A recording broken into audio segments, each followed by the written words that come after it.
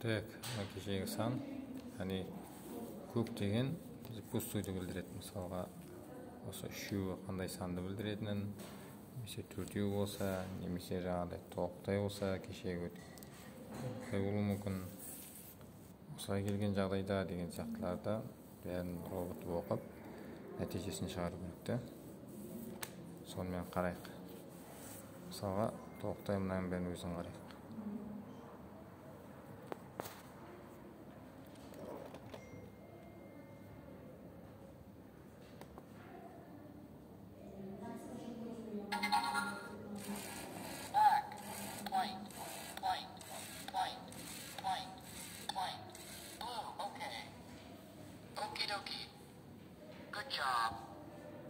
Otuz bir.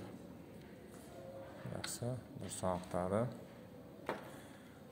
Енді қысқартып тастайын. Былай алдық. Жақсы, былай алдық. Тек қана екеу болса. 0 мен 1-ден тұрса.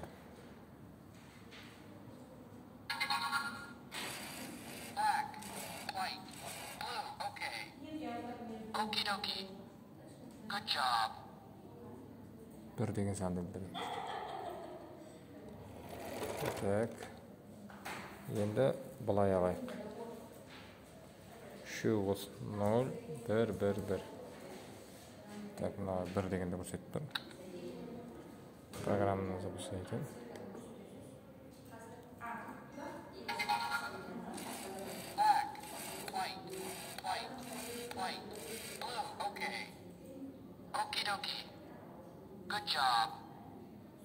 Жеті.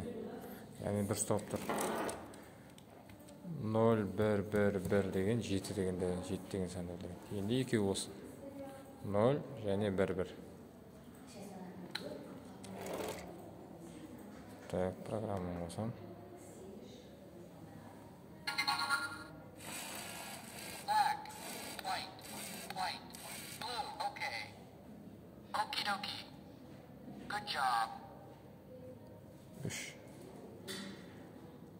Үш дегенді білдіреді.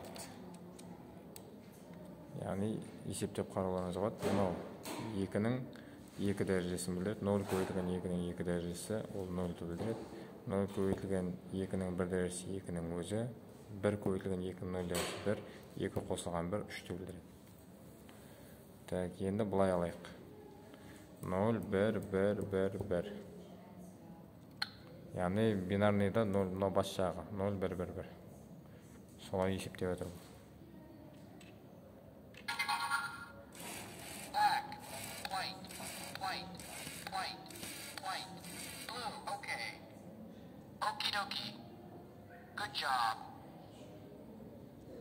Он бес.